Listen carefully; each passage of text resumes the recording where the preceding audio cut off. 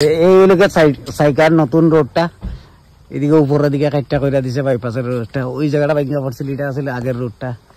এইদিকে আসলো রোডটা পুরা। সেদিন দেখাইছিলাম এই রোডটা, এইদিকে সাইকার রোডটা এই জায়গা সাইকার ভাঙ্গা পড়ে গেছিল এইদিক পুরা। তো ওখান কি তারপর এটার সাইড দিকে উপরের দিকে কাটটা রোড বানাই দিছে, মাটির রোডই বানাই দিছে, পুরাভাবে তো বানাইছে না। এদিকে রোডটা বন্ধ আসলো, তো এখন গাড়ি চলাচল করন যায়। এই হইলো রোডটা, এইভাবে উপর দিকে কাটিয়া নতুন করে দিছে। এদিকে উপর দিকে হইয়া নিচের দিকে গিয়া মানে রোডটা মিলছে আনি। আর ওইদিকে ভাঙ্গা পড়ছিল, ওইদিকে নিচে, এটা তো আর হইছে না।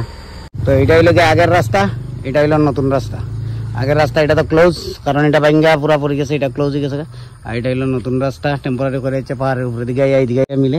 তো এইদিকে যাওয়া যায় আর সাইকা দিকে কমলপুর যাওয়া পসিবল, কমলপুর ইয়া খোয়াই আগরতলা যাওয়া পসিবল শর্টকাট রোডে। বেশি বৃষ্টি দিলে হওয়াটা ঠিক না, কিন্তু এমনি তো ঠিক আছে, পসিবল।